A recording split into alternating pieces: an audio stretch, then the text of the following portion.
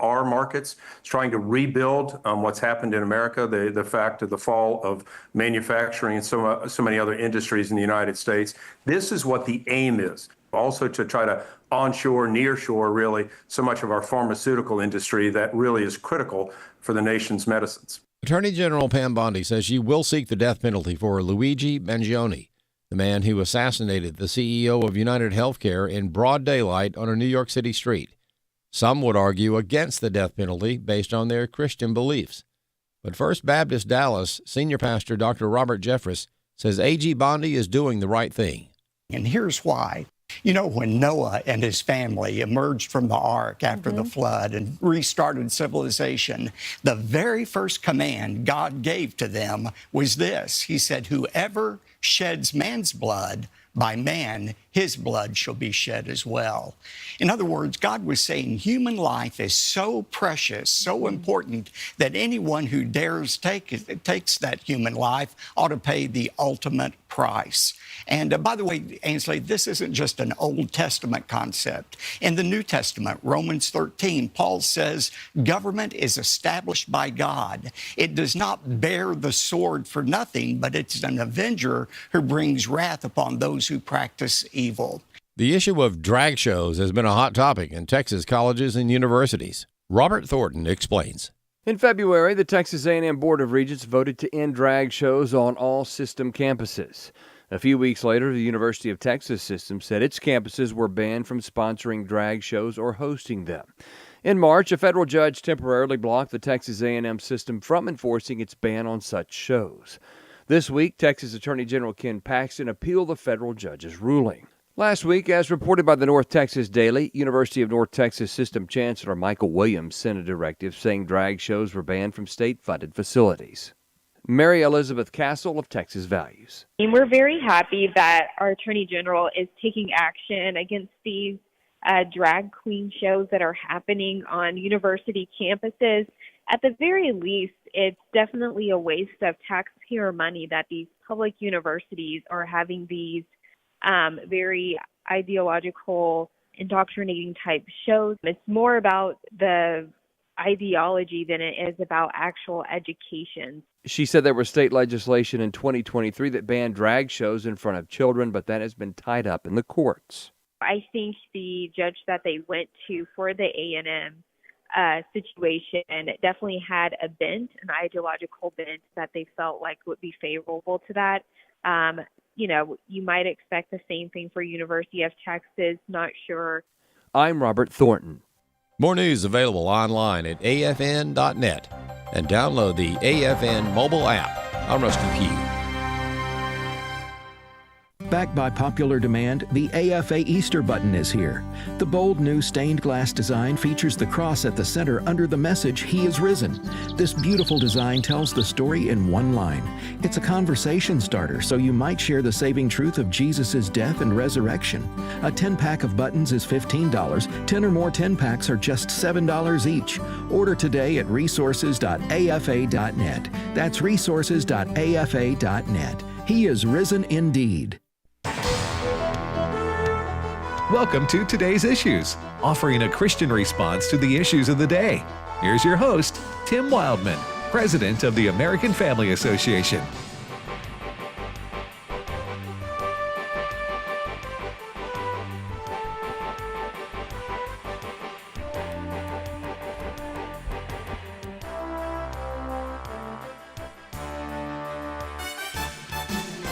Hey, good morning, everybody, and welcome to Today's Issues on the American Family Radio Network. Thanks for listening to AFR on this Thursday, April the 3rd, 2025. In studio with me is Ed Vitagliano. Good morning, Ed. Good morning, Tim. Wesley Wildman. Good morning. And Chris Woodward. Hello. Chris Woodward is our newsman here today. Ray Pritchard will be back. I think Ray's back on next Tuesday. He's been traveling. I think that's right. Been traveling a lot. Had an attitude problem there for a while that we worked through. I don't remember that, but if there was one person you picked in the world to Right. talk and try to convince me that he had an attitude problem, you'd never convince me about Ray Pritchard. Someone else, maybe I'd go, I could see that. Right. But But not not Ray. Ray. Yeah. Not Ray. Not Brother Ray travels so much that people that make GPS devices ask Ray for directions. There you go. Hey. People who what now? People that make GPS devices ask Ray for directions. I got you. Bada boom. That's a 2 more trips, that's and a- Willie Nelson gives him writing credits for On the Road Again. Chris is low. He's a stand-up comedian over here, huh? Yeah, he listens to the Carpenters. That's why. Man, let me tell you, love some 45s, whatever those are. I think it's 47. Isn't Okay, it? there you go. 45 was 2 terms ago. Yeah. Yeah. I see what you did there. Oh, okay. So, ladies and gentlemen, you should be anticipating a really good breakdown of tariffs if you've been listening to the first minute or two of this Part show. 2. Yes. Right, because Tariff talk. Part 2. It's a taxing job, but somebody's got to do it. All right, so listen, by the way, Ryan Walter, who is Oklahoma's State Superintendent of Public Education. With an S. Oh, Wait, okay. I was reading what I had here. That's It's fine. got an S? Yes, sir. Okay, well, I confirm. did Ryan change his name or, huh? Well, I think It's on Wikipedia. our sheet. Our sheet is incorrect Is on the incorrect. spelling. So Ryan Walters, There you go. Oklahoma State Superintendent of Public Instruction, will be with us in our studio today.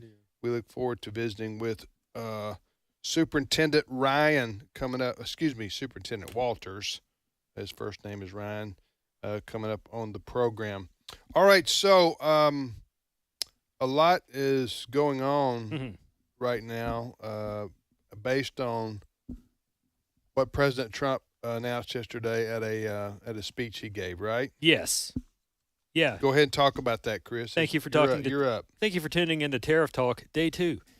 Trump's he announced tariffs yesterday, like a lot of us thought he would do. He called it Liberation Day and had a big event at the White House. A whole bunch of people from the Trump administration were there. UAW members, United Auto Workers members, members of Congress were there. We've got a bit of audio of the president himself talking on what he described as Liberation Day. Clip 1. April 2nd, 2025 will forever be remembered as the day American industry was reborn, the day America's destiny was reclaimed, and the day that we began to make America wealthy again. We cannot pay the deficits of Canada, Mexico, and so many other countries. We used to do it. We can't do it anymore. We take care of countries all over the world. This will be indeed the golden age of America. It's coming back, and we're going to come back very strongly.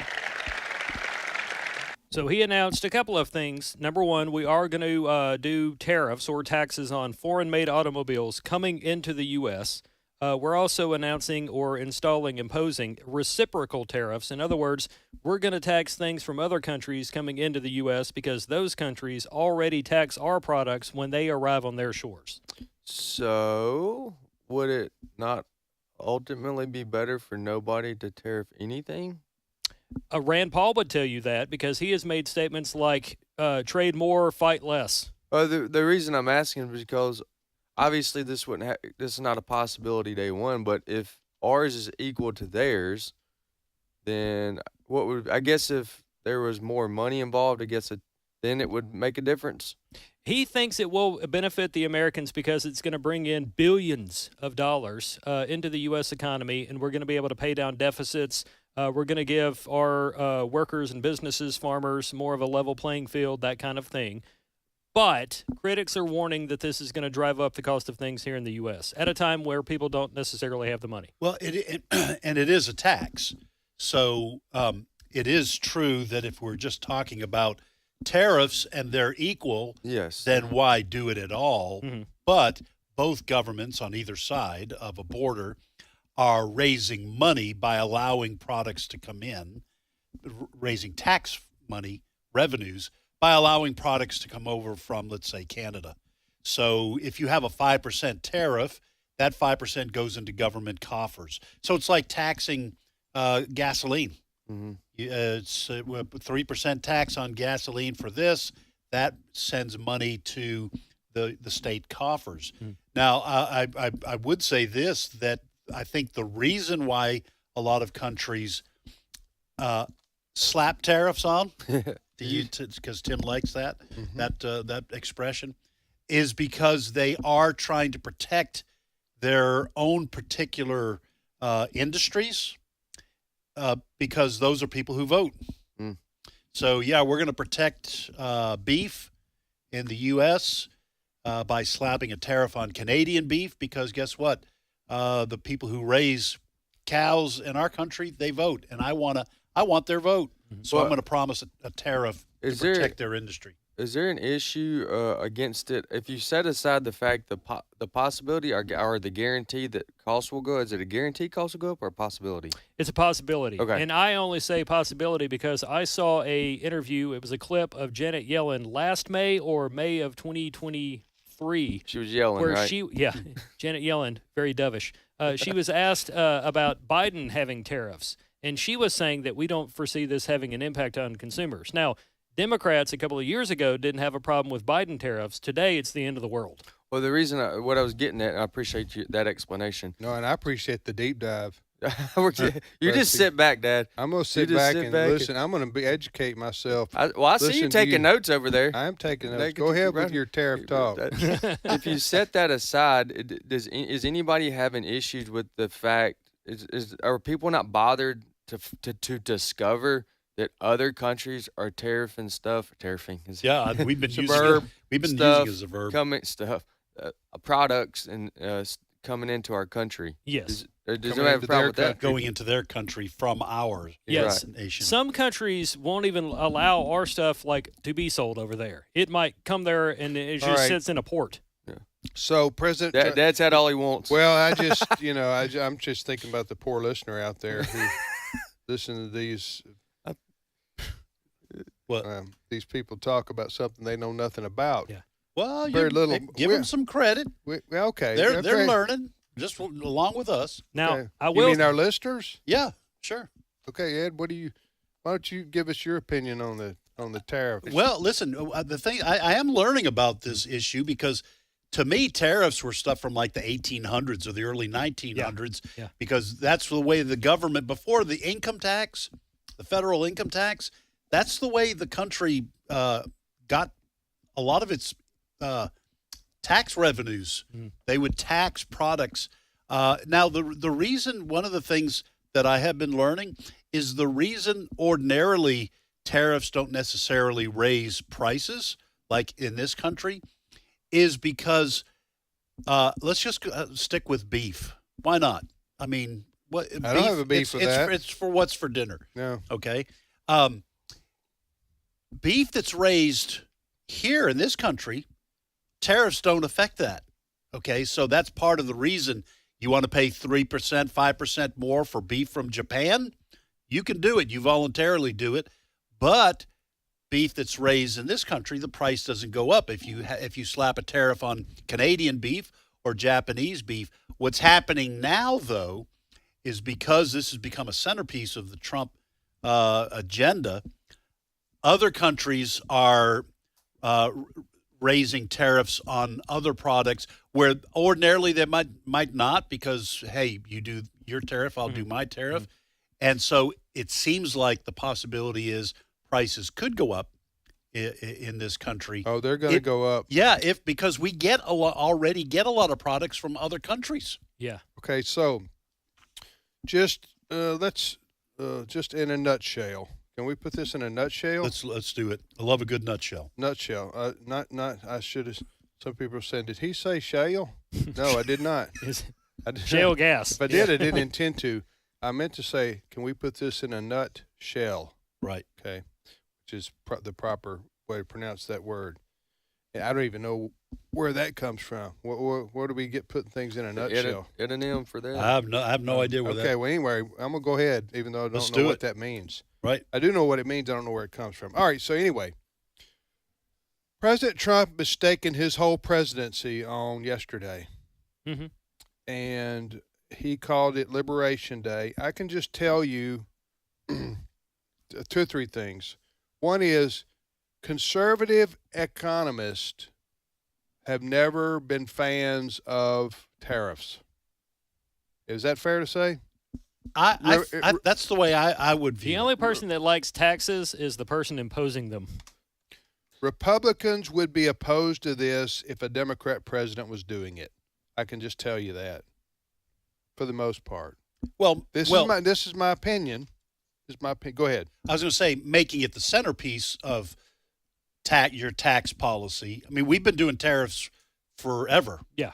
I mean, tariffs have existed. Yes, but I'm talking about what he did today with this vast expansion of tariffs on countries around the world. I think that's fair to say.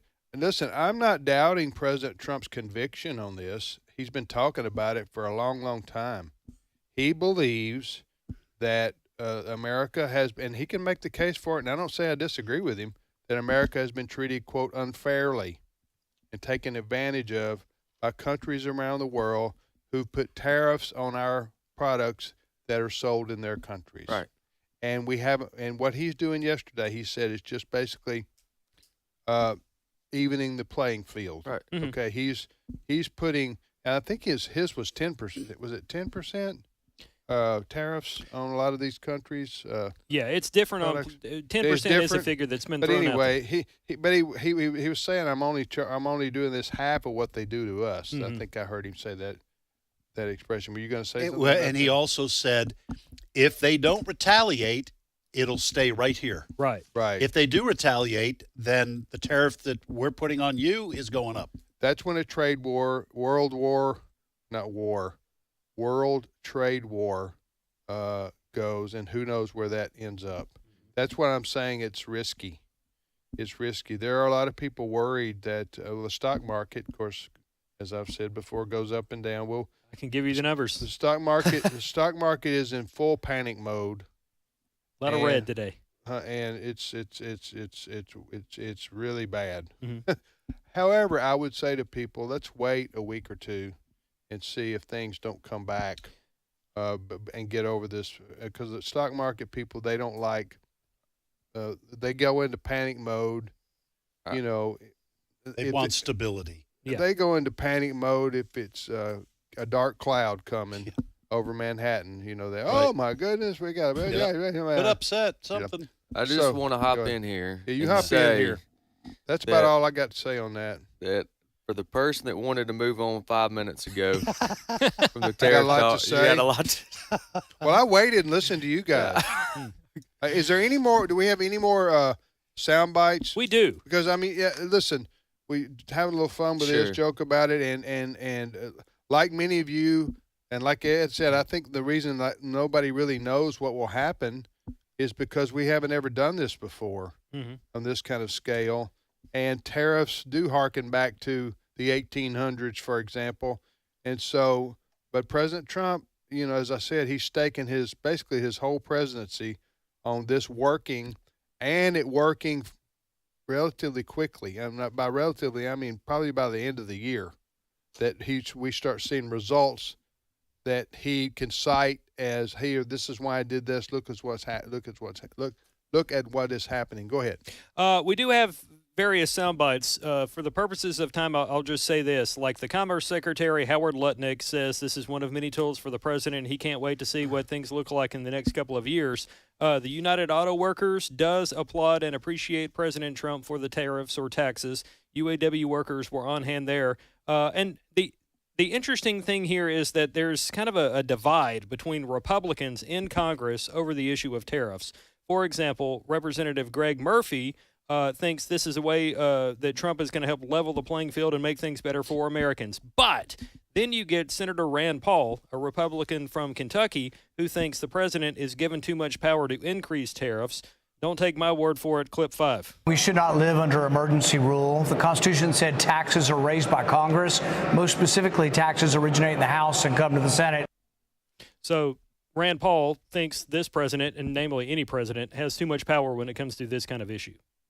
Well, and my understanding is that President Trump is going to this tariff policy under an emergency declaration. So that's why I said yesterday, Rand Paul is a very principled guy, and if he is opposing the president's tariff policies, it is bound to be because of some principled stand he's taken, and the emergency declaration is about fentanyl. Mm-hmm.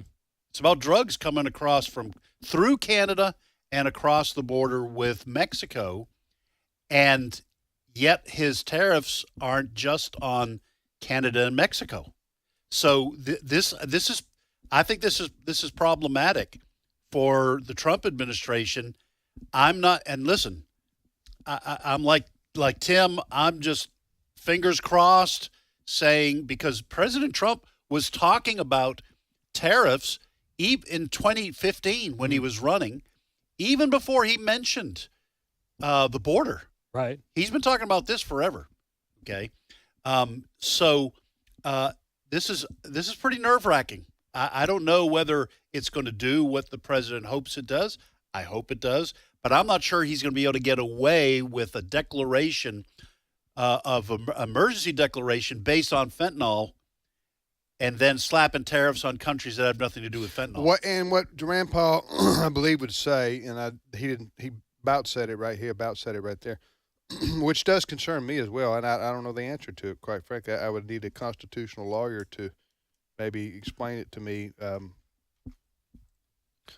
Does a president have too much power when he can alone affect the world economy in such a profound way?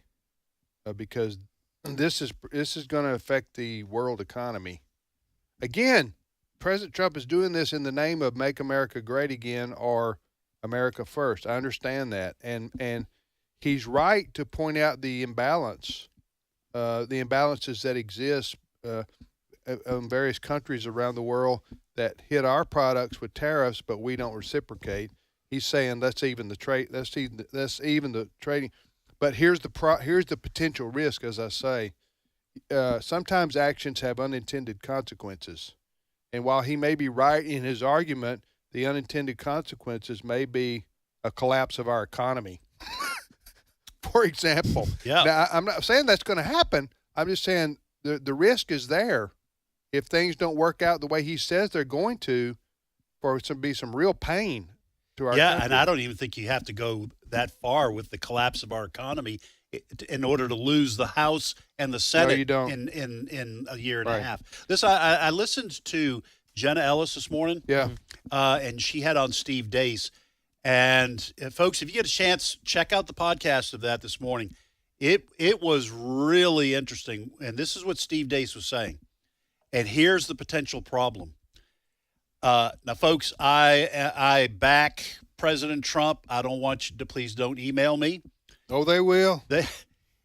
What Steve Deace was saying is that because President Trump is basically going this alone in terms of his relationship with the the Republican Party. Mm-hmm. Now, he does have a lot of support in the Republican Party, but there's a lot of resistance there. And here's the thing: what President Trump should be able to do is have gone to the Republican Party and say, I want you to pass tariffs. I want you to support my tariff policy, and the Republican Party support it. But because there is a lot of hidden resistance to the MAGA movement within the Republican Party itself, they may just outweight President Trump.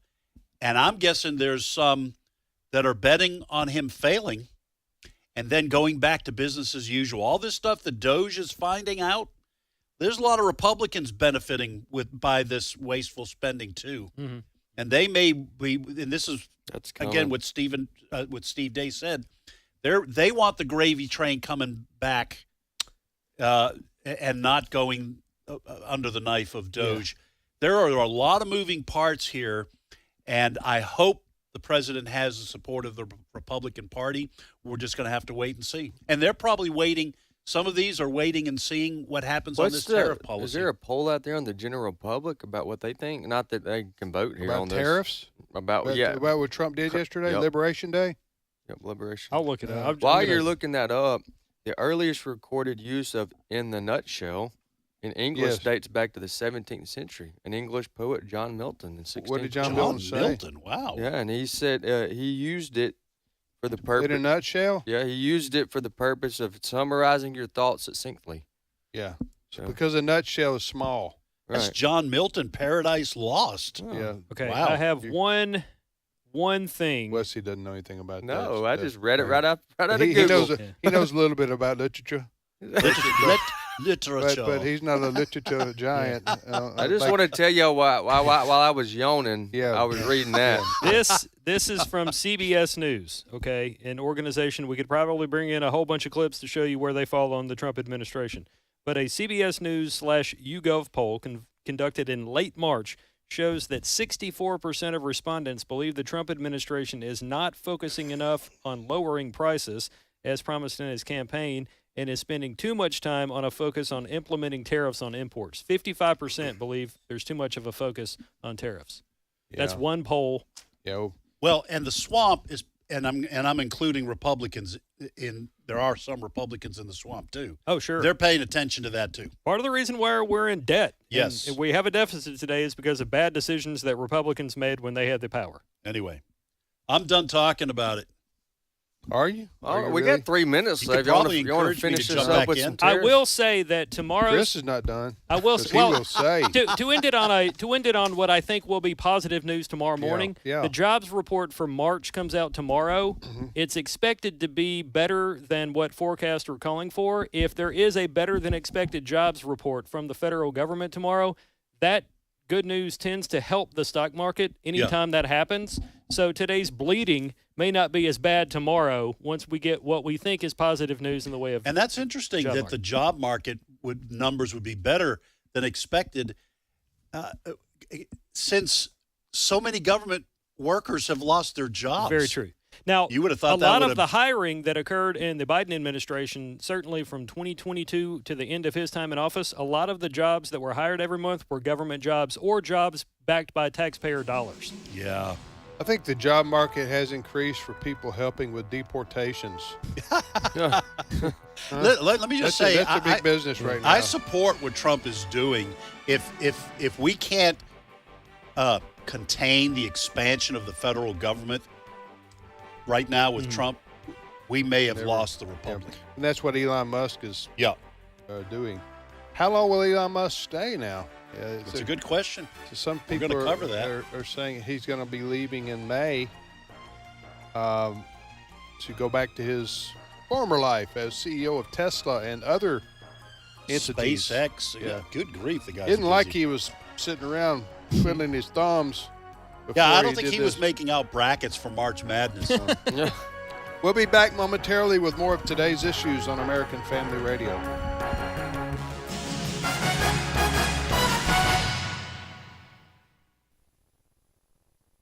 It's my turn. Here is your host for My Turn, Don Wildman. I had just sat down on a bench on the sidewalk to rest a minute. I was talking with a friend about some things of mutual interest, and then he came along. I didn't know him, but my friend did, and he and my friend began a conversation. He was old, and his face showed the wrinkles of many years of hard work. His clothes were shabby. In his hand he carried a carton of soft drink bottles. I was unsure if he intended to purchase some soft drinks or if he was collecting the bottles for the deposit refund. The conversation between him and my friend had not been going very long until he began speaking of the power and love of God. "The Lord is good to us," he said. "He'll take care of us. That's what he promised." As he spoke, I thought about what the Galilean had said about the lowly and meek and poor. "The Lord," he said, "He's sure been good to me." I know he couldn't have placed his hand on $50 if he had to, but he could speak and be truthful in speaking about the goodness of God. As he continued, he said, "The Lord, He don't put no more on us than we can bear." He was black. He knew years and years of discrimination and rejection. He knew what it was to be mocked and ridiculed and slighted because he was black. I carefully observed him now, curious as to the type of individual willing to tell a total stranger about how good the Lord had been to him. As my eyes went down his slim frame, I saw that he was very badly deformed. One leg was twisted in. It was a handicap which made it difficult to walk, and yet he never mentioned it. Hardly knew that that leg wasn't as good as his other. The Lord, he will do what he promised, he said. I got my ticket. It's a one-way ticket going straight to that glory land. They ain't going to find me in that other place. They locked the door behind you down there. No, sir, I'm going straight to glory. You could tell that he was looking forward to that, to glory. There was no hate in his heart. He didn't know much theology, but he sure had a lot of doxology. Poor, old, ignorant, physically handicapped, discriminated against, but all he wanted to talk about was how good God had been to him. Come unto me, all you who labor and are heavy laden, and I'll give you rest. Years ago, the old black gentleman had discovered the truth of those words. Though your sins be as scarlet, they shall be as white as snow. He knew that too. He knew whom he had trusted and was sure of where he was headed. The shepherd of men once remarked, the first shall be last, and the last shall be first. In heaven, I would imagine that old black gentleman would be invited to sit at the head of the table in the honor seat. Knowing his nature, he will be surprised when the Lord requests that he move up to that high position. The Lord had been good to him, and he was grateful. It's a shame more of us don't feel the same gratitude. This has been My Turn with Don Wildman, a production of the American Family Association. The Lord looks down from heaven on all mankind to see if there are any who understand, any who seek God. Psalm 14, verse 2. American Family Radio. This is Today's Issues. Email your comments to comments@afr.net. Past broadcasts of Today's Issues are available for listening and viewing in the archive at afr.net. Now, back to more of Today's Issues. Hey, welcome back to Today's Issues on the American Family Radio, otherwise known as Tariff Talk, with our round table here of four people who don't know squat about tariffs. But well, I think we've moved past don't know squat. Oh, yes, we've moved past that. Yeah, we've educated ourselves. Yeah. Yes, we... Ed's doing a lot of reading at night for us. Yeah. You were reading about the tariff of 1874 last night, weren't you, Ed? That's right. Let me tell you, that was a doozy. Yeah, was it? It was. I don't want to bore you with all the details. You just couldn't put it down, could you? I could not put that down. It was the excitement. I could hardly go to sleep afterwards. I just know watch some hockey. It was impressive the fact that we were able to fill the first 30 minutes with all tariff talk. Yeah. And only went to one clip. Right. Well, that's what we do on Tariff Talk. All right, so welcome to Tariff. We really are going to lose half our audience eventually. No, I think they're locked in. That's a faithful group. They know where to go for Tariff Talk right here. All right, so I was reading a story last night in the news about Oklahoma, and the state superintendent of public instruction there was announcing a lawsuit against the Freedom from Religion people up in Wisconsin, I think it is. I did this right here. I just clapped. I said, "Thank God somebody's standing up to these people." Amen. And then I said, then I saw that the gentleman himself who's responsible for this decision is going to be in Tupelo today and in our studio. Did not know that at the time. Ryan Walters, who is Oklahoma's state superintendent of public instruction, is with us. Good morning, brother. Good morning. Thank you for having me, and great to be back in Tupelo. Why are you in Tupelo? Well, I'm having some fun here with the American Family Association. So we've been doing a lot of work together, and appreciate their support and their work in Oklahoma. You know, when the left finds out you're here, they're going to lose it. Yeah, they're going to lose their minds. But you're already bringing that upon yourself with. Listen, I'm all kidding aside. We do appreciate people in public education and people like yourself who are looking out for the best interest of our children over these radical lefties that are wanting to really brainwash our kids. By the way, your position, is that appointed or elected? I'm elected. Yes, sir. So statewide? Statewide. We're there's only 10 other states that do that, but it's given me a tremendous opportunity, which I loved getting to meet people from all over the state, went to every county of Oklahoma. But that's where we were able to come in. We ran on a very aggressive education agenda. I listened to parents and grandparents. They were tired of the left-wing nonsense, tired of the union control. So when I took office, I said, hey, guys, we have a mandate here. Yeah. I want every county but 3 of our 77 counties. And we came in and said, hey, we're going to move. And so we've really been leading in education reform, whether it be parents' rights, whether it be getting the woke nonsense out. We've brought the Bible back to the classroom. First state to bring the Bible back to every classroom. So we're really excited about that. Tell us about this lawsuit, seriously, against the what's the group's name? Freedom from Religion group, and I mean they're a real fun bunch. They've sued and threatened to sue all these different folks in Oklahoma. And this one, they went after a 4th grader. So let me walk you through this class. So this school, small district, they always go after your really small rural districts, right?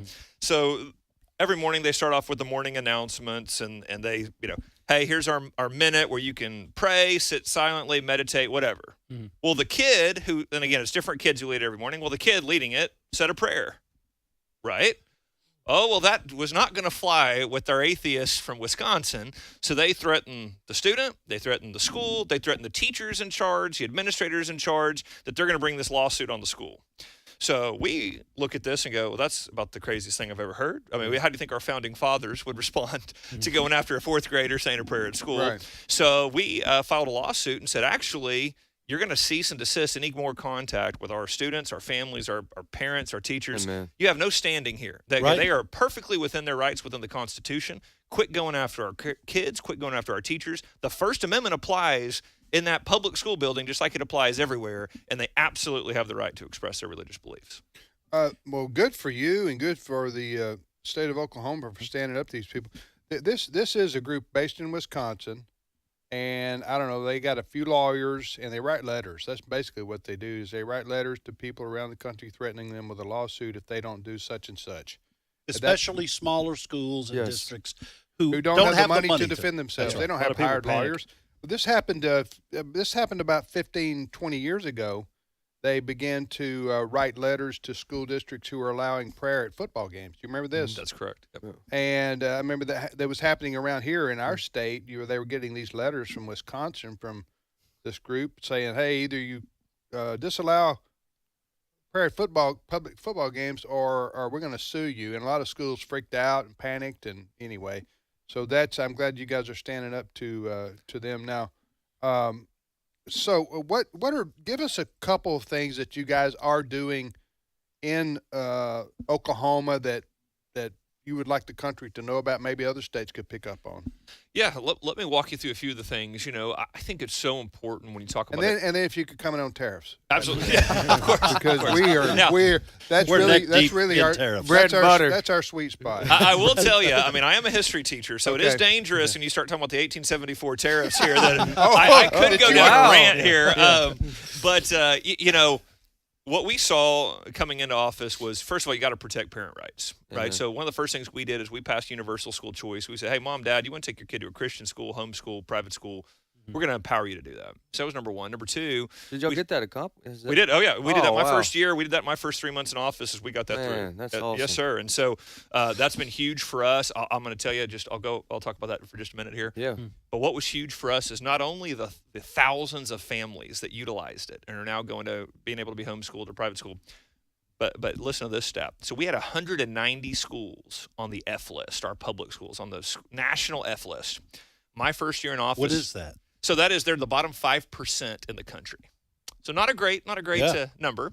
So I came in and I said several things. Number one, y'all are going to get off the list. By the way, a lot of them said, well, but we kind of, isn't this about right for the federal government? We kind of like being on it because we get more money if we're on the list. Oh, so I said, okay, first of all, no, we're not doing that anymore. So if you stay on, I might come in and take over your school. I might come in and fire your superintendents. I might convert you to a charter school. But all options are on the table. You're getting off that list, right? Number one. Number two, I said also, now we've got school choice. So if you don't get off this list, I'm sending a letter to every one of your parents. And I'm going to tell them they got to now have all these options within 20 miles. And they can leave. And you're in F school. You've been in F school and you leave. So my first year in office, we had 117 of them came off the list. That's good. That's So awesome. we've never had Wow. more than 40 Wow. come off the list. But I just want to show you the school choice factor Does work. Oh yeah, I mean because they go, Absolutely. we got to get better. We're going to lose these kids. Now, you know what's stunning about that is how easy it is to actually teach kids if you want to. Mm-hmm. And if you put the squeeze, and I hate to say it that way, but a lot of these schools that are beholden to the teachers' unions and have these huge administrative holes, money pits where education dollars go into instead of teachers, that's striking how easy it was to start teaching kids. But I got a quick question. To succeed. So now that you're on the other side of it and you've shown that it's successful and it does work, are you getting as much pushback or you know what I mean? Because they did lose some federal fundings, right? Or Yeah. no? Yes, and we are getting a lot of pushback. I mean, Okay. that's the thing. Sure. The union doesn't go away. Yeah. They reorganize and come back at you. So, now they are trying. So listen to this bill. We were pushing a bill this year that said, we think school districts should be required to spend 60% of their dollars in the classroom. Oh, makes Seems sense. like common sense, right? Right. Yeah. Well, they killed it in committee. We had Republicans even voting against the bill. They lowered the threshold to 50%. Can we just require 50% of Right. dollars to go to the classroom? No. The administrators fought it like crazy. No. We've got to hire all these administrative positions. got But these it shows bloated you staffs. that's exactly right. And I think it's so key. This is a point I always try to drive home. The problem in education is not the money. There's plenty of money in education. The problem is how the money is being spent. And what you see time and time again is if states increase they always tell you, well, we want to hire more teachers. We want to pay teachers more. Hey, look, I'm all for paying more our good teachers more. I'm all for having more teachers if it's necessary in an area, right? But every time you get more money, what do? You get assistant superintendent, deputy to the assistant superintendent, dean of I mean, you get all these creative positions. And I go, well, hold on. I thought you needed more teachers. Well, I okay. Now, I'm not naive about By the way, I have a Republicans. question at some point in the show. Okay, we'll get to you in a second If when you we could, I'll turn just- back to tariffs. My name's Tim. Okay. Just one quick question, and No, then no, Tim, I- the president no, of the this is ministry, a you good can conversation. jump. I'm you a can- patient man. You can jump in here. Yeah. I'm not naive about Republicans. By the way, we're talking to Ryan Walters, who's Oklahoma State Superintendent of Public Instruction. By the way, he is here filming an AFA AFA at Home, the future of education in America. We'll give you more information about this when we're done with Ryan, folks, because you're going to want to get a hold of this. The great ideas you're hearing Ryan talk about now are going to be a part of this video. But so I'm not naive about Republicans. I know they can be just as beholden to the interests and money interests as anyone else. But in your state, what was the explanation behind Republicans pushing back on a bill like this? Well, they use the same talking points you hear them using with the Federal Department of Education, which is, well, if you make us spend all this money in the classroom, we're going to have to fire bus drivers, and we're going to have to fire, cafeteria workers. And look, I support our bus drivers, I support our cafeteria workers, but I'm going, that doesn't require 50% of your funds. Right. And quit trying to shift. You're wanting to talk about these support staff that you should pay more. That's not what we're talking about. I'm talking about the hundreds of thousands, millions of dollars you're paying deputy superintendent so-and-so when these positions that weren't even there 4 years ago. Right. I mean, how many superintendents do you need? How many co-principals do you need? And the like you said, 117 schools were on the F list. So they don't even. It's not like they're they're making. It's not like their grades are up. I'm sorry. That's okay. Cut off your dad. So I get fired up about this topic. No, that's okay. So anyway, back to tariffs. We are not. I don't think we should get off this topic. Y'all Right, trying it to is take- important. Yeah. No, I want to ask you a question about my mom. This is many years ago, but let's just say 40 years ago. For about a 10-year period, she was a public school teacher. She taught here in Mississippi. She taught home economics, and she was a member of at that time the teachers union, the Mississippi, like it would be in Oklahoma. I don't know what it's called, Mississippi Educators Association or something like that. Yes, sir. It was a subsidiary, I think, of the NEA, the National Education. Anyway, my mom didn't even know what it was hardly. She just, every teacher you paid your dues, and they're supposed to fight for your interest. Okay, so Here's my question. So I remember she got a guide sent from the NEA, I think it was, to okay, I want to say something. My memory's foggy here. Yeah. I'm getting to the question and the point of teachers unions. That's where I'm going with this, okay? But I remember reading something she got from the National Education Association. And by the way, she dropped out, okay? Yeah. After about a year, she realized what was going on. She dropped out. She quit paying her dues, okay, because it wasn't doing what they purported to do, this organization. No. But the NEA manual that they sent out, this would have been in the 80s, okay, had support for the Sandinistas and all kind of lefty agenda items. They were like a guerrilla group in Central America. But the handbook or the policy book for the teachers union was advocating for all kind of lefty left wing causes. That's what I'm trying to say. Nothing to do with education. So this brings me to the question that this is why the teachers unions, albeit they still are powerful, they've lost tons of people because the tons of people who were like my mom at the time, who were basically conservative, patriotic people, didn't want to support this left-wing garbage because they were told, they were signed up for a teachers union that was supposed to be there to look after the teachers' salaries and their benefits and their working environment. That's why the unions are supposed to exist, it seems to me. But why they get off to all these left-wing things? So my question is, what do you think? What do you think about what I've just talked about in terms of teachers' unions and their reason for existing today? So I've got strong feelings on the teachers' unions. I think that they oppose you at every turn. I know. But go ahead. Yeah, they fight anything pro-parent, pro-accountability, pro-academic success. And why is that, though? That's my question. Because they're in it for money and power, and everything they do leverages that, right? They opposed. We did the biggest signing bonuses in the country for high-quality teachers. If you were in the top 10% of your teaching profession in the country, we paid you $50,000 to move to Oklahoma. Our teachers' union opposed it. We do merit pay for teachers where teachers can make up to $120,000 if they meet our metrics and are in the top 5% of the state. Teachers union opposes it. Well, why? Because all they want is everyone to make the same amount of money. They take their percentage. They try to force you into the teachers union. Exactly the same talking points you said. They also use liability, right? Well, we'll cover your liability. Right, well, we've given them a lot of options in Oklahoma going, hey, we'll cover your liability. We'll help you get a group. You don't have to go pay a group to go up and nationally politic for the furthest left-wing agenda the country's ever seen. And then once you get in, they almost don't let you out. I mean, it's almost like the Hotel California. You can check up, but you can't leave. So we made it where it's like, no, you're not going to automatically deduct from a teacher's paycheck. If a teacher wants to be in it, that's fine. But don't pull these tricks of where they can't leave. Right.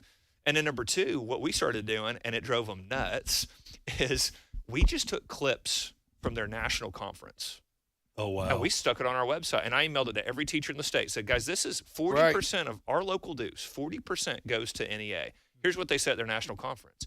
And we had teachers writing us and calling us going, well, I didn't know that. I mean, all they told me locally was, even now, yes, they didn't know this. They did not, because locally they don't lead with that, right? They lead with all this other stuff. What I just said. That's right.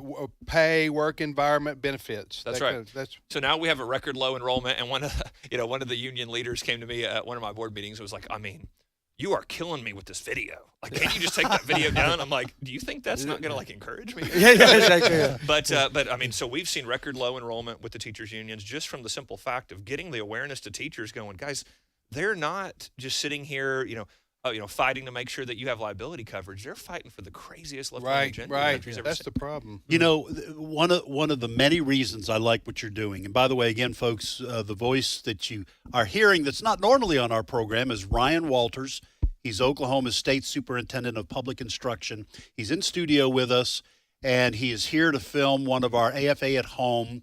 Episode 7. Episode 7, The Future of Education in America. So this is great stuff. That's the topic we're covering, and we'll make that available later on. Yes. Mm-hmm. One of the many things I love about what you guys are doing in Oklahoma is, this is going to sound funny at first. For too long, Christians have been too nice in politics, okay, and too often trying to get along with the opposition.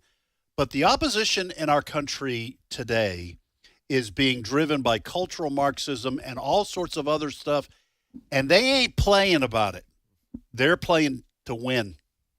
And if Christians and other conservatives don't play to win when they get political power like you guys are doing, guess what? We're going to lose another generation. We're already seeing videos of young people who have been raised in public education in many places. Not all of it is bad, but then go to college and they come out radicalized. And we're losing those people. These are some of the young people that are firebombing Tesla dealerships, all right? And if we don't take control back of our education like you guys are doing in Oklahoma and being firm about it, you don't have to be a jerk about it. You don't strike me as the jerk type. I'm sure you're very polite and nice to the opposition, but you got to be firm because that's the way they're playing. Courageous. Right. That's right. And, and you look at this, and I think this is where so many folks across the country are so frustrated. President Trump has tapped into this. Hey, look, when I get in office, we're going to move an agenda. What I tell you I'm going to do, I'm going to get in office and do it. Now, I'm going to tell you guys, and this probably will not come as any surprise to you, but I can't tell you how many Republicans have come up to me, elected office holders, and go, hey, you got to slow down. Like, don't do all of it. Just do a little bit, then run for re-election on it and say, I'll do all this later. And I tell them every time, I go, I guess I missed the memo. But when I went out to voters and they said, hey, I'm really worried about my kids. Hey, I'm really worried about the direction of the country. And I told them I would do everything in my power to not only stop the garbage that you're seeing, but take this, we're way over here, have a dramatic shift to go back to what are our schools fundamentally about? Are they about academics, reading, math, history, science? Or are they about 28 genders and all this nonsense and garbage? Do our kids know that the Bible have heavy influence in American history? Absolutely. Or they've been told that, you know what, those guys were just a bunch of racist, secularists. You don't need to know anything else about them. Right. Do our kids understand why America is exceptional? What those values look like in practice for hundreds, over 200 years in our nation's history? And I think it's so important that we play offense. That we go in here and say, it's not just blocking genderqueer and flamer and all this stuff. Look, we're blocking that. But what are they actually learning? Are they learning about American history? Are they learning about the role the Bible played? Are they learning about Abraham Lincoln, George? Are they getting a real good education? Or are we going to continue to kind of, we win office, so we slow down the pull to the left? Or are we going to actually move back to where we should be? I have a question. Yes. Introduce yourself. Our audience, been quiet the whole time. Our audience is chock full of people that are not only in tune with the issues, but shocked they want to. Shocked? Did you say shocked? In or tune. Shocked. Our audience. I don't know what I said. Okay, I'm sorry. All right, for the Ryan Walters out there in other parts of the country that maybe have a background in education, they want to run for office similar to yours, what advice do you give that person? Good question. Here's the advice I would give them is you have got to be grounded in the principles of the country, of your faith, of your family, because you're going to come under heavy attack. And I think that nothing frustrates the establishment more than someone who actually believes it. They're not just saying it, they actually believe it. And so guess what? And that's what I try to tell people. So I believe the things that I say, so I act accordingly. So when I tell you I think this is filth in the schools, that means I'm going to use the power that the voters have given me to get it out.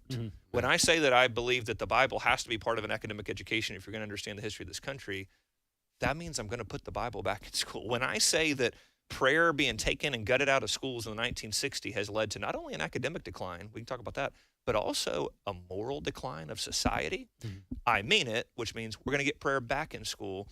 And once you do that, you're going to come under heavy attack. You're going to come under heavy attack from not just the lefties, but some of these moderate Republicans who go, now you're making me look bad. Now you're doing all this stuff. You're not supposed to do it. You're just supposed to say it. And lastly, I would say, I'm going to tell you, we have some incredible people in Oklahoma. We have some incredible people around the country. Stay connected with your grassroots networks, with your Christian networks, with these groups that these are the salt of the earth people. You've got to stay in tune with them. You got to listen to them. You've got to build out that network where they know what you're doing. You're being reflective of what the voters have asked you to do, and that you defend the family. The family. I was on a show not too long ago, and they kind of asked me, well, what do you think is the biggest issue in the country today? I'm like, well, that's a pretty big. I go, honestly, I would say it's the destruction of the family unit. If you don't get the family units back together and you don't empower families to stay together and make decisions together, protect their faith, protect things like that, I don't know that we ever get back on track. And so to me, everything has to start there, and you've got to continue to stay rooted to those principles moving forward. Well, we've been talking to Ryan Walters. He's Oklahoma State Superintendent of Public Instruction. It is a statewide elected office that he was able to win, and he's now implementing the policies that he ran on. Ryan, thanks for stopping by and being with us. Appreciate it very much. I'm going to pray for him real quick. Is that okay? Yeah, go ahead. Lord Jesus, we thank you for Ryan, Lord. Thank you for his courage, his compassion, Lord, and the direction, Lord, that you've given him, Lord. We just pray that you'll bless him, expand his territory ministry, and just surround him with like-minded people, Lord, to encourage him along the way. In Jesus' name I pray. Amen. Amen. And I appreciate. Go ahead. Yes, no, sir. I appreciate your time. Thank you for having me on. And again, it was great to be back in Tupelo. I actually spent a lot of time here growing up. Had cousins from around here, so it was great to be back in Tupelo. Yeah, I spent And a lot. there's a Tupelo, Oklahoma. There is. That's correct. Yeah, he would know that. Well, JJ Jasper can tell this story, but back. I don't know when some of the Native Americans or Indians that were moved from Northeast Mississippi went to Oklahoma. Yes, sir. That's you know the story there? Absolutely. Yes, sir. Was that the Trail of Tears, or is this something different? No, this is before the Trail of Tears, but yes, sir. No, I mean, that absolutely happened, and that's where you see a lot of the names are similar, and you see a lot of the relatives as well. Yes, so sir. Some of the names of towns around us, like yours, Ed, Pontotoc, Mississippi, Tupelo, others, were used in Oklahoma when these folks went out there. Hey, by the way, wanted to mention, speaking of prayers, and 8 Days of Hope will be, I'm sure, talking about this more, but I was looking, there was tornadoes everywhere yesterday in Arkansas, and my cousin sent a picture, my first cousin, of a tornado over Cape Girardeau, Missouri. I mean, and I guess bad weather is expected the next, especially Saturday. Mm-hmm. But this tornado that hit near Jonesboro, we have a lot of listeners in northeast Arkansas, and that's over there, But this tornado was like 15 miles from Jonesboro. It was a big one, too, and I don't know how many if people lost their lives. But I was just saying, we need to be praying for people in these affected areas, and also 8 Days of Hope will be doing, I'm sure, some on-ground ministry that will be telling you how you can participate. But anyway, look, they said some hail fell that were the size of baseballs. In northeast Arkansas. All right, we'll be back momentarily with more of today's issues on the American Family Radio Network. Stay with us.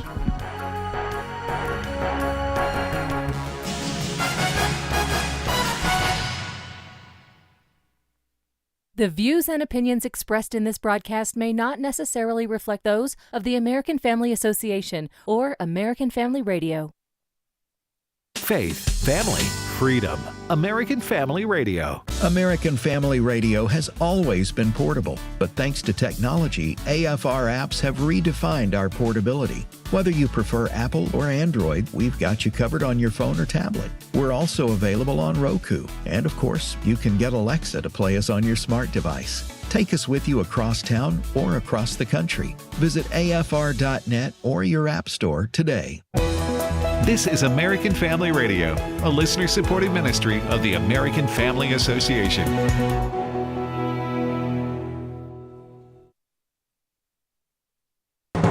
American Family News, I'm Rusty Pugh. Dangerous flash floods and tornadoes have hit the Midwest and parts of the South. Robert Ray reports from Charleston, Missouri. A flash flood emergency in so many different cities.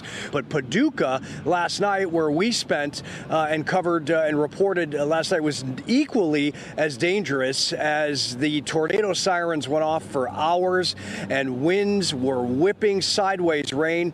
The atmosphere looked like essentially just a lightning bolt nonstop for hours. And it was very dangerous as people took shelter on the first floors of any structures that they could, and damage this morning that we saw near the airport there. You have to be careful. Do not drive into these roads.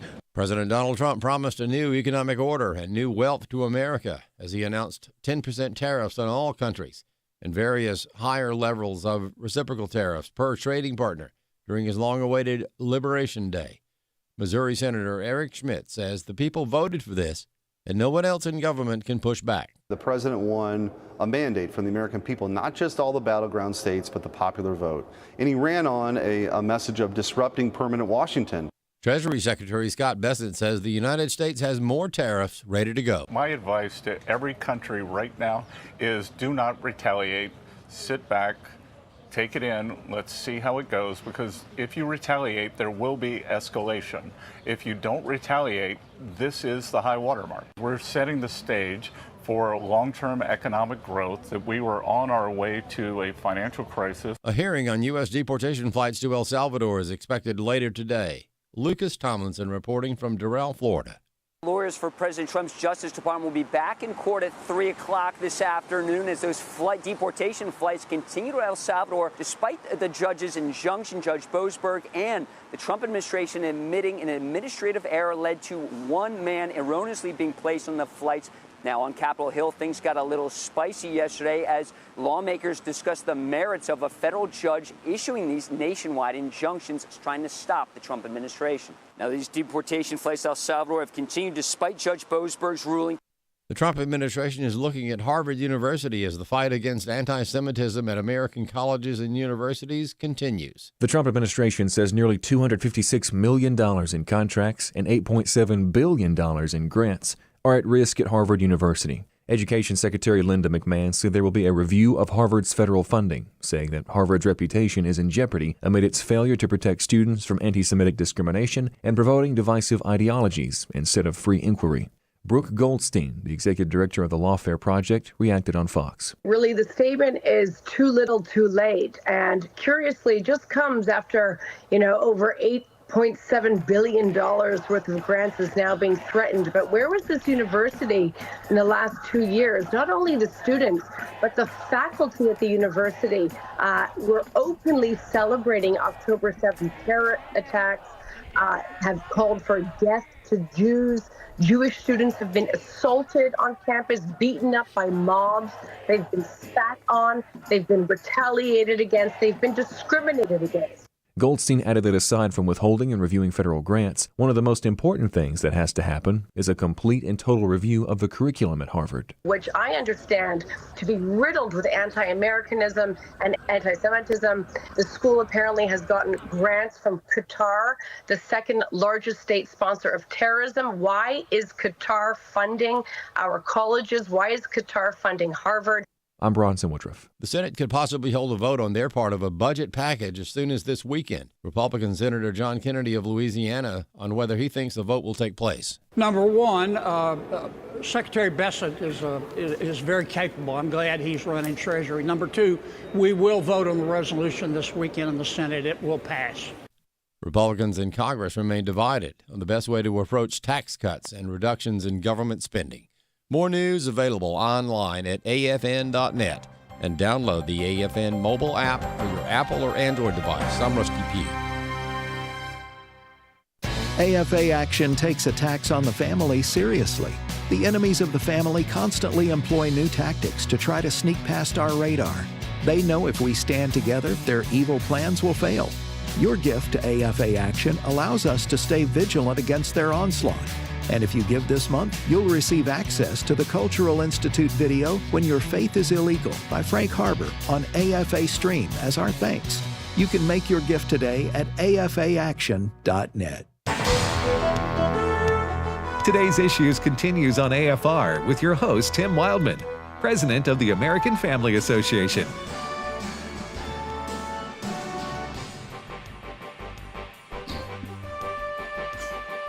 Hey, welcome back to the program Today's Issues on American Family Radio for this Thursday, April the 3rd, 2025. Thank you for listening. Tim, Ed, Wesley, and now Steve Paisley Jordahl joins us with his watercolored shirt. Yes, here I am, my tie-dyed. Or tie-dyed. I don't know.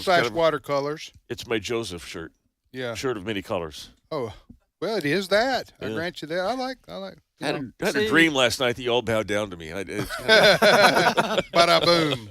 That was a good one. See, Ed, did you want to make an announcement? I did. We mentioned last half hour when we were talking to Ryan Walters.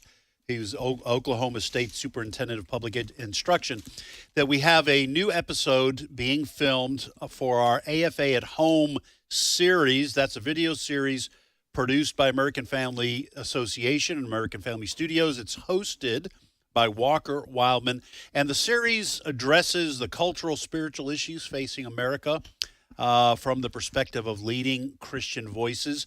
And episode 7 is going to help. There are a lot of parents across the country that are concerned about Marxist and humanist indoctrination of America's school children. How did we get here, for example? What are the practical solutions to fix this downward spiral in America's education system? Well, this episode 7 of AFA at Home will answer those questions. The title is The Future of Education in America. Abraham Hamilton III will be a guest. Toby Paxton, who's school board research director at iVoterGuide. Julie Pickren, who's a member of the Texas State Board of Education. Dr. Jameson Taylor, who's director of government affairs for AFA. And Ryan Walters, who you heard during the last segment. All of those will be guests. Walker, again, will be hosting it. The release date is May 15th, but you'll be getting information over the coming weeks about how you can access it when that video becomes available. So keep your ears open for that. All right, you're listening to Today's Issues on American Family Radio. Today's Issues, the name of this program. Well, there is a legislation that might possibly happen in the state of Colorado. I know we don't have a big listening audience in Colorado. We have some folks, we have a couple radio stations, but that we're paying attention to, that I think the rest of the country needs to pay attention to. They do. You want to set this up, Steve? Sure, yeah. In Colorado, they're considering a bill. It's HB 1312 that has a whole lot of ramifications. It's called the Legal Protection for Transgender bill, and I'd like to welcome my friend and former colleague Jeff Johnston to our program. Hey, good morning, Jeff. You're on with Tim and Ed and Wesley, and we wanted to ask you about this bill because it has some concerning things in it. Good morning, Jeff. Good morning. It's good to be with all of you. So, can you just give us the broad outline of what is in this bill? And it's not a law yet, right? No, it's being considered. Go ahead, Jeff.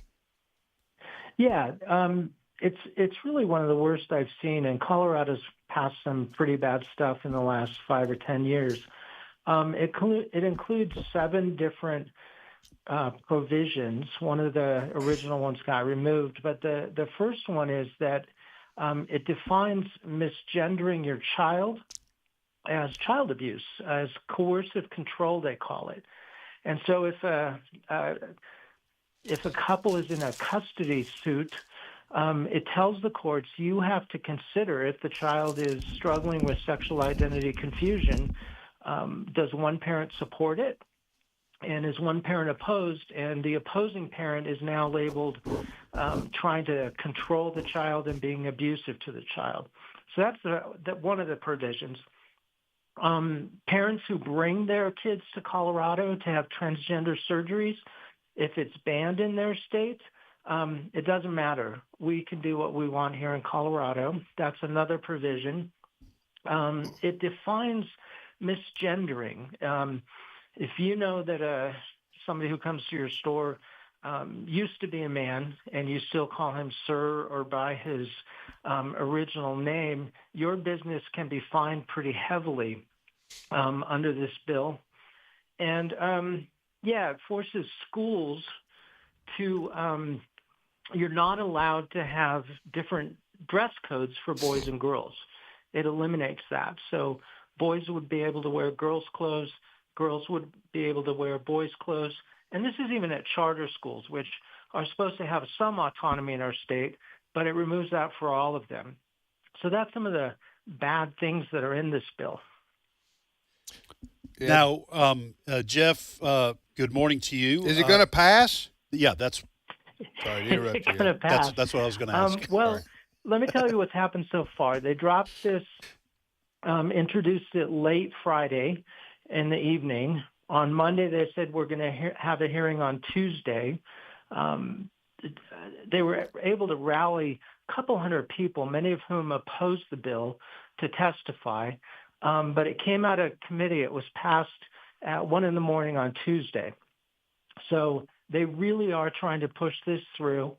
That was in the House. Now it needs 3 readings, and then it'll go to the Senate. So they'll probably have another hearing in a committee next week, and again, try to push this through. Our legislature has a supermajority of Democrats, and we have a Democrat governor. So pretty much they can do whatever they want in this state, even if many, many people oppose it, which there's a great deal of opposition to this bill. But, yeah, I think it'll pass. I think they'll do whatever they want to do. All right. Hey, Jeff. Colorado's turning into California. It is. Hey, Jeff, let me ask you this. We're talking with Jeff Johnson, policy analyst at Focus on the Family. And, Jeff, as Tim said, most of our listeners are not in Colorado. Why should they be paying attention to this, do you think? Well, there was a bill that just did the first part of this in California. It said that it would be parental abuse for somebody not to approve of their child's transgenderism. And even there, the governor, Newsom, vetoed the bill. So it just did one section of this. So that's how radical it is that even their governor vetoed it. And stuff that happens here, other blue states are watching, and things like this spread pretty quickly. Once it's passed in one state, other blue states, Democrat states, follow up and do the same thing. So listeners across the country should be aware of this and maybe respond by calling our legislature nicely, tell them you're opposed. But things like this can move pretty quickly to other states. Yeah. Well, listen, Jeff, thanks so much. So you are a public policy, what is the name, what title? I wear 2 hats here. I'm a writer for the Daily Citizen. That's our culture and policy outlet. And then I'm also an issues analyst for Focus, where I look at Gotcha. LGBT issues and education issues primarily. Gotcha. Well, Jeff, thanks so much for being on with us. I know Focus on the Family, for those who don't know, is based out of Colorado Springs. It is. So you have a real interest, front row seat. Yeah, to what's going on there. And thank you so much, Jeff, for sharing with us. And we look forward to talking to you again sometime real soon. Keep us posted on this, okay? Yeah, and thank you for spotlighting this really harmful legislation. I appreciate it. Absolutely. Thank you, buddy. Jeff Johnson, good friend of our own. I worked with him for 10 years. Interesting background, which we can get into later, but wonderful man. Yeah. All right, Tim, Ed, Wesley, and Steve, you're listening to the radio program Today's Issues. We're here every Monday through Friday on American Family Can I make Radio. a suggestion here? Please make a suggestion. Before we get on our tariff, we go straight to Steve before we get started. Oh, you mean before we? Oh, because yeah. Tariff part 3. Tariff. Go, Steve. It's tariff talk, and quite frankly, we can't help ourselves. No, that's why I'm saying quickly. I'm hopping here with a suggestion. Go straight. I talked to my wife about it at night. She's just pulling her hair out. Well, we were at a Mexican restaurant 2 nights ago, and I was looking at the menu, and I was saying, where are your tariffs? Because I want to order one. You know what I'm saying? My wife just wants me to stop. Fried tariffs. This is backfiring already. You got burritos, tacos, enchiladas on here, which I love. And I love Mexican restaurants, but if they think they're fooling us by swapping the order in which the ingredients are listed as if they're different. Yeah. So you know about Oh yeah, this, because right? it's all tortillas and something.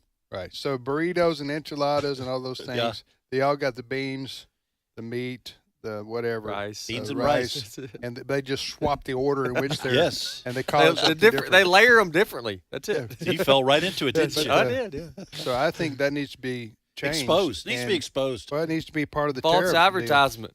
You can't have tariffs on tacos now without having tariffs on burritos because that's the same Duly thing. noted. The same thing. All right, Steve, go ahead. All right. In a related story to what we were just talking with Jeff about, California is also considering legislation they are considering a bill that would allow, make it legal for or enshrine boys to be able to participate in girls' sports in locker rooms and private spaces. So they're considering this bill to further make that legal. And you guys know who Matt Walsh is? A blogger. Oh, yeah. The We're Daily very Wire. familiar with him. Big fan. I'm a big fan. Matt Walsh, he's the one that did the movie What is a Woman? So he's kind of traveled in these, he's kind of up on these issues. And He grew a beard when he was 2, by the way. I think he did. When he was 2 years old. If anybody's seen him, that joke makes a lot of It's in the sense. Guinness Book of World Records. Look He's it very up. proud of it, too. Earliest kid to grow a beard, Matt Walsh. Anyway, Republican in that state asked Matt to come out and testify to this committee. This is a committee. They're considering this bill on transgenders in girls' sports and in California. And this is what Matt had to say. Cut 8. Today, I'm not going to talk about fairness, although it's certainly true that allowing men to compete in women's sports is deeply unfair. And I'm not going to talk about safety, although it's certainly true that allowing men into female sports teams and into their bathrooms is incredibly unsafe. I'll let others highlight those important points. I want to talk about something even more important and even more basic. It's the most basic thing of all. It's truth. You must keep men out of women's sports and out of their facilities for the simple reason that they are men. Men are not women. A man who claims he is a woman is still not a woman. So why shouldn't men play in women's sports? Because they aren't women. It isn't true. We should not allow men into women's sports for the same reason we shouldn't go around claiming that 2 + 2 = 7. It's just not true. It is a lie. The man who identifies as a woman is either deluded and confused, or he is a cross-dressing fetishist looking to play out his fantasies in public. In either case, the claim that he's making, the claim to womanhood, is not true.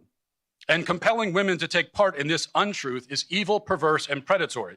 If you would use the force of law to compel young girls to use a changing room with a boy, you are yourselves predators. Transgenderism is a lie.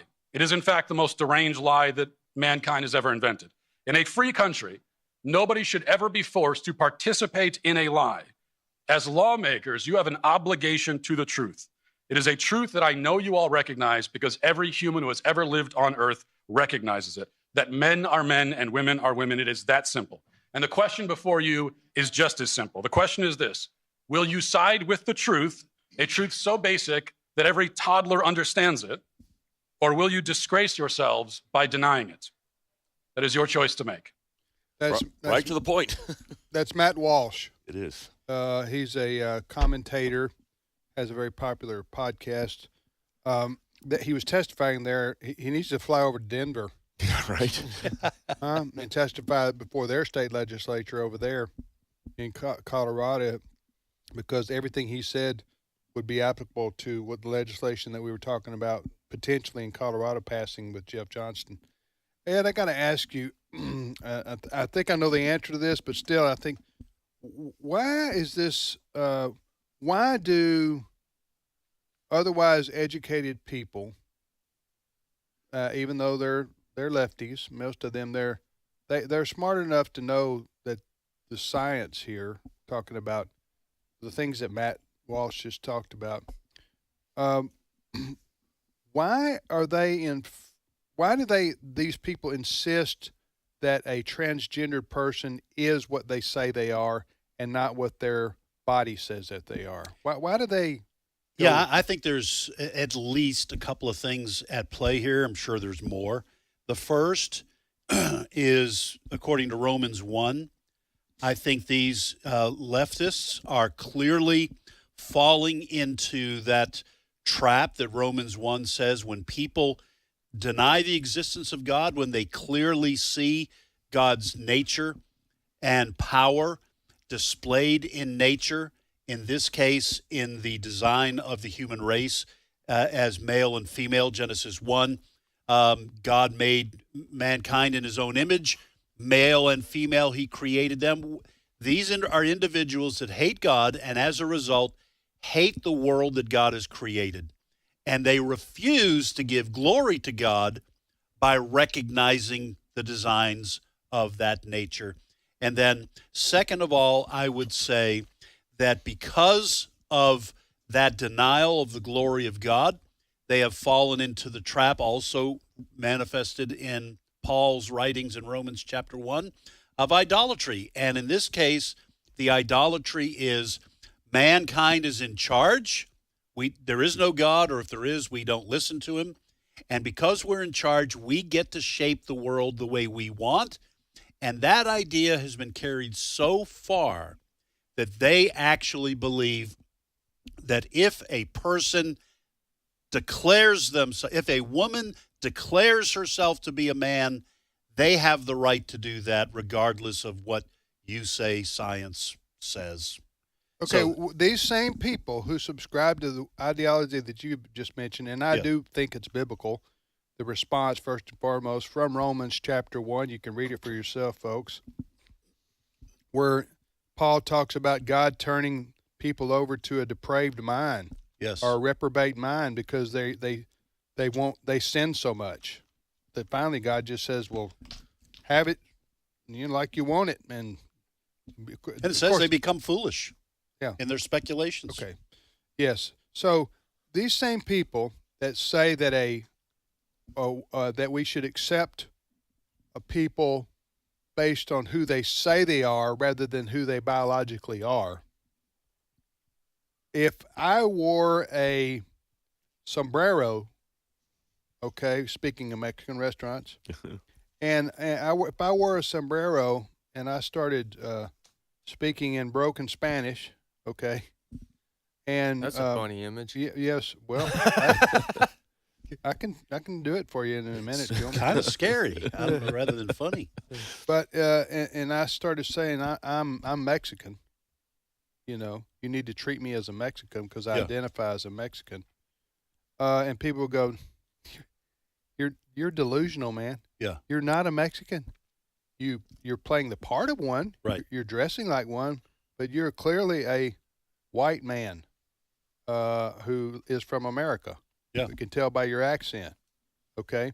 So my point is the same people who say we need to let people decide what sex they identify as and treat them as such would say to me, you have cultural appropriation there.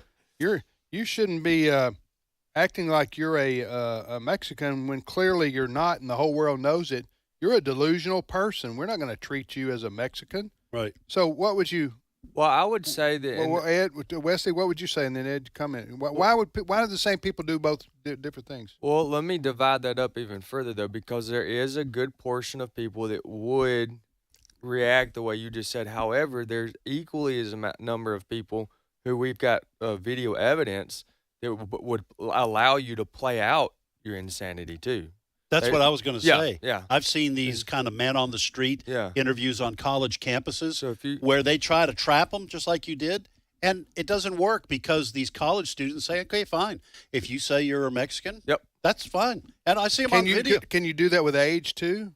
Yeah, for a certain group of people, the true believers, the ones that are willing to stake everything on this, do believe you can. They live in it's a fantasy world.